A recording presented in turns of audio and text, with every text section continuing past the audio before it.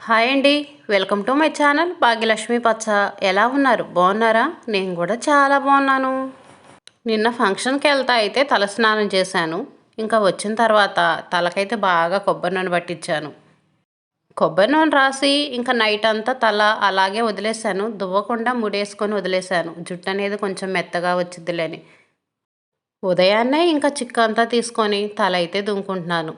చిక్కు అనేది కొంచెం ఎక్కువగానే ఉండిద్ది. నా జుట్టు గరుకు జుట్టు కదా! గరుకు జుట్టుకు మాత్రం చిక్కు కొంచెం ఎక్కువగానే వచ్చేది. ఫంక్షన్కి వెళ్ళేటప్పుడు మనం కొంచెం తలకి రంగు వేసుకోవటం, హెన్నా పెట్టుకోవటం అలా చేస్తాం కదా! ఇంకా హెన్నా పెట్టుకున్నా కానీ, తలకు రంగు వేసుకున్నా కానీ నాకైతే జుట్టు అనేది కొంచెం దురద వస్తుంది. దురద బాగా ఎక్కువగా వస్తుంది. గిట్టట్లేదో ఏమో అర్థం కావట్లేదు. బాగా దురద వస్తుంది. లైట్‌గా చుండ్రు కూడా వస్తుంది. చుండ్రు పోవటానికి ఎన్ని చిట్కాలు వాడినా సరే చుండ్రు ఉంటానే ఉంటుంది. హెయిర్ ఊడటం అయితే మాత్రం చాలా తగ్గిపోయింది. చాలా అంటే చాలా తగ్గిపోయిందండి. ఇప్పుడైతే అసలు హెయిర్ ఊడనే ఊడట్ల. ఏదో కొంచెం ఊడుతుందంతే. అప్పుడైతే మాత్రం ఎంత హెయిర్ ఊడిపోయిందండి మాటల్లో చెప్పలేను. కానీ ఇప్పుడు మాత్రం హెయిర్ అనేది అసలు ఊడట్లేదు. బానే ఉంది కానీ కాకపోతే దురదనేది వస్తుంది. చుండ్రు వస్తుంది అప్పుడప్పుడు. ఇంకా ఈ చలికాలం ఉన్నన్నాళ్ళు ఈ చుండ్రు అనేది వస్తూనే ఉంటుంది. చుండ్రు ఎక్కువగా ఉన్నప్పుడు రోజు మార్చి రోజు తలస్నానం అలా చేస్తే చుండ్రు అనేది ఎక్కువగా రాదంట. ఇంకా అలా అన్నా ట్రై చేయాలి. ఏమన్నా చిట్కాలు ఫాలో అవుదామంటేనేమో ఇంట్లో పనులు చేసుకుంటా ఈ పనులతోనే సతమతం అవుతున్నాము. ఇంకా ఏ చిట్కాలు ఫాలో అవుతావులే అని ఏ చిట్కాలు అయితే మాత్రం ఇప్పుడు ఫాలో అవ్వట్లేదు. నిన్న ఫంక్షన్కి వెళ్తా ఈ శారీ అయితే కట్టుకున్నాను. ఈ శారీ 850 రూపీస్. శారీ మాత్రం చాలా కంఫర్ట్గా హాయిగా ఉంది. సిల్క్ శారీ కదా! సిల్క్ శారీకి ఇలా అంచులు వచ్చినవి కట్టుకుంటే మాత్రం మనకు చాలా కంఫర్ట్గా ఉంటాయి. చూడటానికి కొంచెం గ్రాండ్గా ఉంటాయి. ఎందుకంటే అంచు వచ్చింది కాబట్టి. సిల్క్ చీర కాబట్టి మనకి కట్టుకోవడానికి బాగా కన్వీనియంట్గా ఉంటుంది. వీటికి ఎక్కువ గంజి పెట్టి ఇస్త్రీ చేయించుకోవాల్సిన అవసరం ఉండదు. మనం 2, 3 సార్లు కట్టుకున్న తర్వాత ఇంకా ఉతికేసి గంజి పెట్టి ఇస్త్రీ చేయించుకుంటే సరిపోయిద్ది.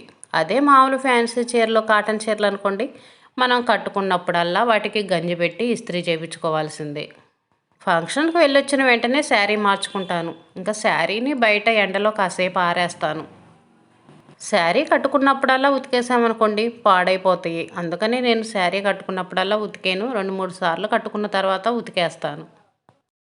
నిన్నంతా శారీ బయట తీగ మీద ఆరేసి ఉంచాను. ఇంక ఈరోజైతే మడత పెట్టుకొని బీరువాలో పెట్టుకుంటున్నాను.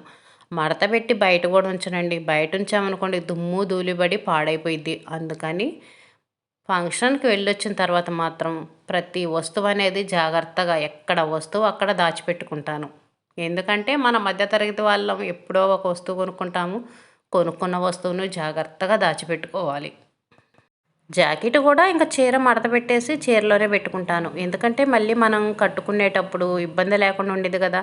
జాకెట్ ఒక చాట పెట్టుకొని చీర ఇంకో చాట పెట్టుకున్నాం అనుకోండి ఎత్తుక్కోవాల్సి వచ్చింది. ఫంక్షన్కి వెళ్ళాలా హడావుడిగా ఉండిద్ది. అందుకనే చీరలోనే జాకెట్ పెట్టి పెట్టుకుంటాను. చీరలైతే మరీ ఎక్కువేమి లేవులేండి. ఏదో కొన్ని చీరలే ఉంటాయి. ఓల్డ్ మోడల్ చీరలు కూడా నా దగ్గర చాలా ఉంటాయి. వాటిని తీసేయటానికి మనసొప్పదు. కట్టుకుందామంటేనేమో ఓల్డ్ మోడల్ అయిపోతాయి. అందుకని అలాంటివి చీరలు కూడా చాలా ఉన్నాయి. ఇంకా ఈ మధ్య కొన్ని చీరలైతే వేరే వాళ్ళకి ఇచ్చేసాను. ఇంకొన్ని చీరలైతే ఉన్నాయి. ఫంక్షన్కి వెళ్ళొచ్చినప్పుడు గాజులు అవన్నీ తీసి ఇంక ఇదిగోండి ఈ కూలర్ మీద అయితే పెట్టేశాను. ఇంకా వీటిని తీసి ఇక్కడ అక్కడ సర్దేసుకుంటున్నాను.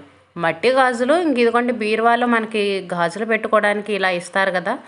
దీనికైతే మట్టి గాజులు పెట్టాను. మట్టి గాజులు అంటే ప్లెయిన్ గాజులు కాదు. ప్లెయిన్ గాజులు రోజువారీ వేసుకునేవి వేరే డబ్బాలో పెట్టుకుంటాను.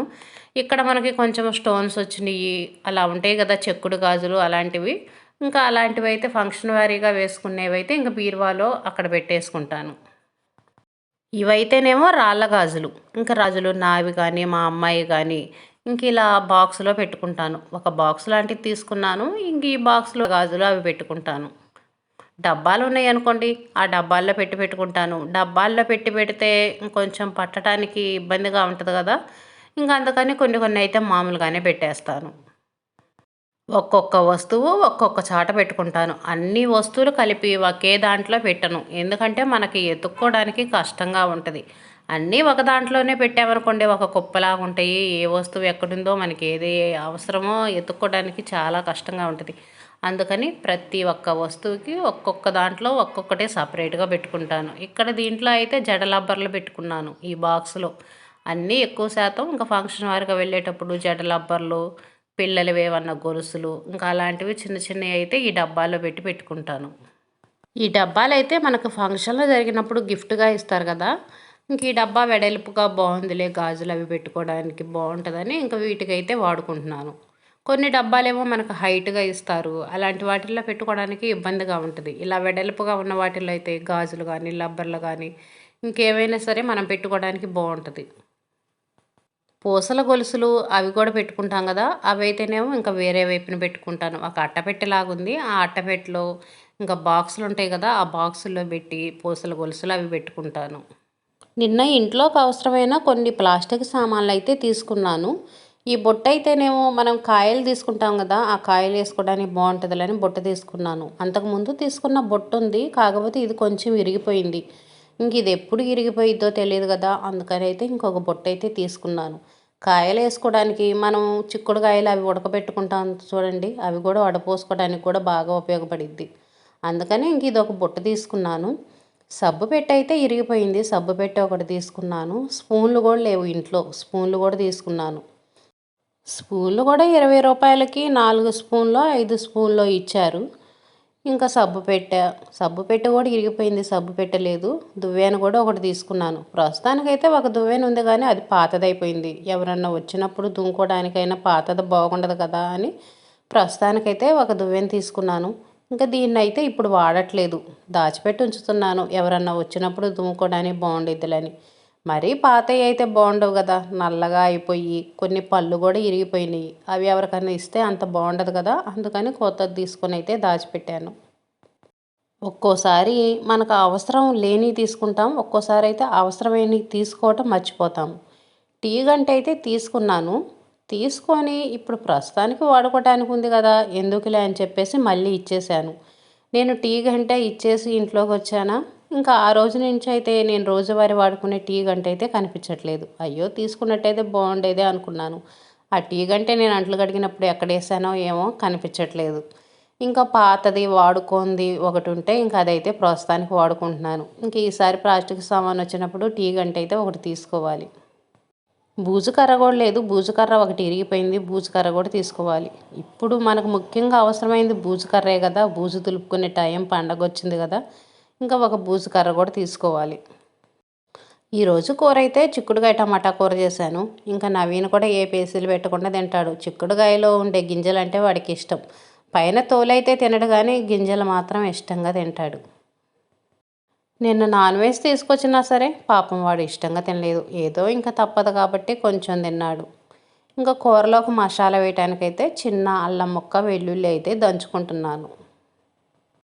కొంచెం మసాలా వేస్తే కూర అనేది టేస్ట్ బాగుంటుంది కదా, ఇంకా టేస్ట్ బాగుంటే పిల్లలు కూడా వంక పెట్టకుండా ఇష్టంగా తింటారులని కొంచెం అయితే మసాలా వేస్తున్నాను. ఫంక్షన్కి వెళ్ళి మనం సాయంత్రం వచ్చామనుకోండి, ఇంకా ఫంక్షన్కి వెళ్తా పెట్టుకున్న వస్తువులన్నీ మనం తీసి ఒకసారి పెడతాం కదా. ఇంకా తర్వాత రోజు వాన్నే నిద్ర లేచిన వెంటనే మాత్రం ఇంకా ఆ వస్తువులు అనేవి ఎక్కడవక్కడ సర్దుకుంటాను. తర్వాత సర్దుకుందాంలే అని వదిలేసామనుకోండి, ఇంకా వాటిని అలాగే ఉంచేస్తాము. సర్దుకోవడానికి బద్ధకంగా ఉండిద్ది. ఇంకా ఎప్పుడో 4-5 రోజులుగా సర్దుకుంటాము. అందుకని ఉదయం నిద్ర లేచిన వెంటనే మాత్రం వాటిని ఎక్కడవక్కడ సర్దేస్తాను. బట్టలైతే ఈరోజు చాలా తక్కువగానే ఉన్నాయి, ఇంకా కిందే ఆరేస్తున్నాను. ఈరోజు కొంచెం ఎండగానే ఉందండి, ఎండ బాగానే వస్తుంది. ఇంకా డాబా మీద ఎందుకులే అని చెప్పేసి బట్టలు కిందే ఆరేస్తున్నాను. కొన్ని అయితేనేమో ఇంక ఇదిగోండి ఈ తీగ మీద ఆరేసాను, కొన్ని అయితేనేమో ఇంక ఇదిగోండి ఈ డాబా మీద మెట్ల మీద ఆరేస్తున్నాను. ఈ మెట్ల మీద ఆరేసిన బట్టలు అయితే కొంచెం గాలి దోలినా సరే అన్నీ కింద పడతాయి, అందుకనే ఇక్కడ ఆరేను. తీగ మీద వేసినవి త్వరగా కింద పడవు, వాటికైతే మనం క్లిప్పులు కూడా పెట్టుకోవచ్చు కదా. ఇంకా ఈ గోడ మీద వేసినవి అయితే కొంచెం గాలి వచ్చినా కింద పడతాయి, అందుకని ఎక్కువ శాతం ఇక్కడైతే వెయ్యను. ఇంకా తీగ మీద పట్టలేదు కాబట్టి ఇంక ఇక్కడైతే వేస్తున్నాను. ఇంకా పలచగా ఉన్న బట్టలు ఉంటాయి చూడండి, చీరలు లింగీలు ఇంక ఇలాంటివి పలచగా ఉంటాయి కదా, అవి మనం ఎక్కడ ఆరేసినా సరే ఆరిపోతాయి. ఇంకా వీటిని ఇదిగోండి గొంతులో తీగ ఒకటి ఉంది, ఇంకా ఆ తీగ మీద అయితే ఈ బట్టలు ఆరేస్తున్నాను. ఈ సిల్క్ చీర కూడా నేను డైలీ వేర్ వాడే చీర ఏం కాదు, అప్పుడప్పుడు ఇంకా సత్తనపల్లి వెళ్ళేటప్పుడు కానీ ఎక్కడికన్నా ఊర్లకు వెళ్ళేటప్పుడు ఇంకా అలా కట్టుకునే చీరలు ఇవి. డైలీ వేర్ అయితే ప్రస్తుతానికైతే వాడట్లేదు. డైలీ వేర్కని తీసుకున్నాను. కాకపోతే ఇంక ఇప్పుడు కట్టుకునే చీరలు బాగానే ఉన్నాయి కదా, వాటిని తీసేయటం ఎందుకులే అని చెప్పి వీటినైతే వాడట్లేదు. ఎక్కడికన్నా వెళ్ళేటప్పుడు కట్టుకోవడానికి ఉంటాయిలే అని. డైలీ వేర్ చీరలు కూడా నేను బాగా పాతవైపోతేనే తీసేస్తా కానీ లేకపోతే తీసేయను. మనం చీర కొనటం చాలా ఈజీయే కానీ జాకెట్ కుట్టించుకోవటం అవైతే మాత్రం చాలా రేట్ ఎక్కువ అవుతుంది. ఒక్క జాకెట్ కుట్టించుకోవాలంటే 250 అవుతుంది. 250కి శారీ వస్తుంది, జాకెట్ కుట్టించుకునేటప్పటికి 250 అవుతుంది. దానికి లైనింగ్ ఎంత అవుతుంది, మళ్ళీ 50 రూపీస్ అవుతుంది. అప్పుడు మొత్తం ఎంత అవుతుంది, 300 అవుతుంది. చీరకి ఫాల్ తీసుకొని అంచులు కుట్టించుకునేటప్పటికి మళ్ళీ ఒక 50 రూపీస్ అవుతుంది. మొత్తం 350 అలా 400 అలా అవుతుంది. 250 రూపీస్ పెట్టి చీర తీసుకుంటే మనం కుట్టించుకొని కట్టుకునేటప్పటికి వాటికి మళ్ళీ 400 అవుతున్నాయి. మొత్తం 600 అలా అవుతున్నాయి. అందుకని నేను తక్కువ రేటుకి చీర వస్తుంది కదా అని తీసుకొని వాటిని కుట్టించుకొని కట్టుకుంటా అయితే ఉండను. రోజువారీ శారీస్ మరీ పాతవి అయిపోయినాయిలే, కట్టుకోవడానికి బాగుండవులే అని అనుకుంటే తప్పనిచ్చి, లేకపోతే అయితే మాత్రం నేను త్వరగా తీసేయను చీరలు. చీర కూడా ఇంకా ముడతలు లేకుండా ఇదిగోండి నీట్గా అయితే ఆరేసాను. ఇలా ముడతలు లేకుండా ఆరేసుకున్నాం అనుకోండి, చీర అనేది త్వరగా ముడతలు రాకుండా ఉండిద్ది. అందుకని ఆరేసుకునేటప్పుడే మనం నీట్గా ఆరేసుకోవాలి. ఇంకా అంట్లు కూడా కడిగేసాను. అంట్లు స్టాండ్ తీసుకుపోయి లోపల పెట్టేశాను. ఇదేనండి ఈరోజు వీడియో. వీడియో నచ్చితే లైక్ చేయండి.